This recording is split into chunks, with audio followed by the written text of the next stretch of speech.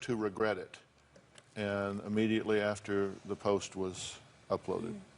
Well, I think... Was that the frustration that finally pushed you to do it? Yes, sir.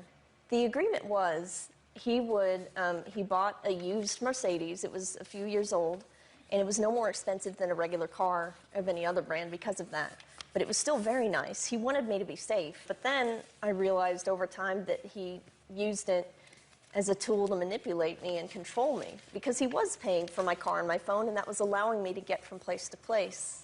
And so he was saying he was going to take that away, and that was the time that you chose to put up the post. I never said he would live to regret it. I said that I had the video. You know, you said something earlier. You said, at the time, I had a problem knowing what was normal. What happened to you was not normal. Well, I realize that now. That was not okay. And please know, just I want to be sure somebody said that to you with great clarity. Next, Judge Adams has some questions for Hillary and Haley. We're going to find out what he thinks they need to answer when we come back.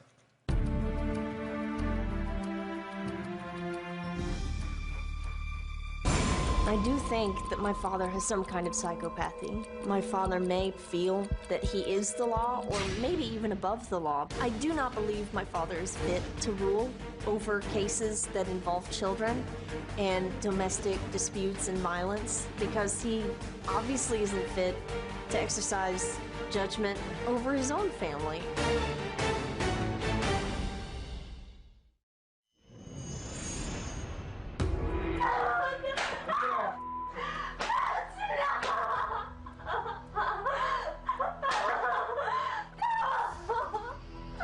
Beat you into submission.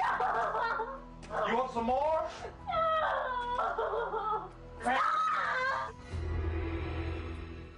Well, that was Hillary Adams begging her parents to stop hitting her with a belt after downloading music from the internet when she had been forbidden to. Now, we have been in direct and indirect contact with Judge Adams and his attorney. He's given me some questions that he would like for Hillary and her mother, Hallie, to respond to. And let me say to both of you, we reached out to your father and said, look, we know this is going around, it isn't going away. We would like for you to come here and talk about this and be here to be part of this. My producers exchanged some text messages with him. And then I ultimately spoke with his attorney.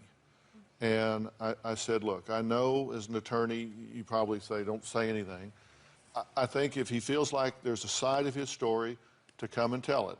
I will not endorse what he has done. I will tell him it is wrong, that I do not think that it was appropriate in any way, but I will treat him with dignity and respect and let him tell his side of the story. And ultimately, they decided not to do that at this point. I've not spoken directly to your father. Let me be clear about that. I've spoken to the attorney who's relayed these questions. He said, I wish you would ask some questions. And I think the questions say a lot. So would you like to hear them? Sure. To know what they are. And you can answer or not answer. It's up to you. He says one of the things he wants to know is, what was your motive for releasing that video in 2011 instead of back in 2004? Because I was a minor back then, and I was terrified of what would happen to me. If I released that video, I can't even imagine how bad it would have gotten. That's why I felt that I had to hang on to it until I could draw away from him. So I felt safest at this time.